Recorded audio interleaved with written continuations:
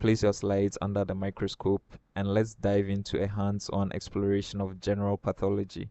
Begin with familiarizing yourself with the instruments. Adjust the light and focus knobs so that the field is crisp. Then scan each slide at low power to appreciate the overall architecture and distribution of changes. First station, reversible injury and adaptation. On one slide, you'll see cell swelling and fatty change. Note the pale vacuolated cytoplasm of swollen hepatocytes. On another, compare normal muscle fibers to hypertrophied ones and identify areas where cells have shrunk in atrophy.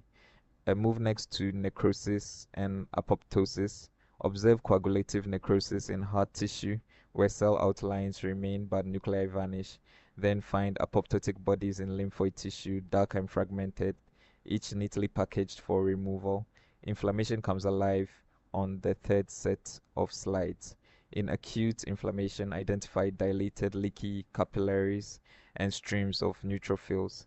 In chronic inflammation, recognize sheets of lymphocytes, plasma cells, and clusters of epithelioid macrophages forming granulomas. Shift to hemodynamic disorders. On an edema slide, watch fluid distend interstitial spaces. In a congested lung section, note dark red capillaries packed with red cells. Compare that to an area of hyperemia where vessels are bright red and open. Find thrombi in a vessel lumen layered in platelets and fibrin, and in a separate slide spot an infarct with pale ghostly tissue margins. Healing is illustrated next.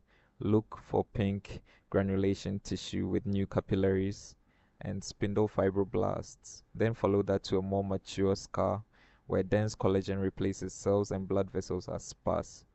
In the neoplasia station, contrast a benign adenoma, well circumscribed with uniform cells, to a malignant carcinoma showing pleomorphism, abnormal mitosis, and invasion through the basement membrane. As you examine each field, annotate what you see, the lesion type, key cell players, and any extracellular changes. Link these microscopic findings back to their clinical implications, why edema impairs function, how infarcts lead to organ failure, or why granulomas wall off persistent pathogens. By the end of this practical session, you will not only recognize the classic patterns of general pathology, but also understand how these microscopic clues tell the story of disease in patients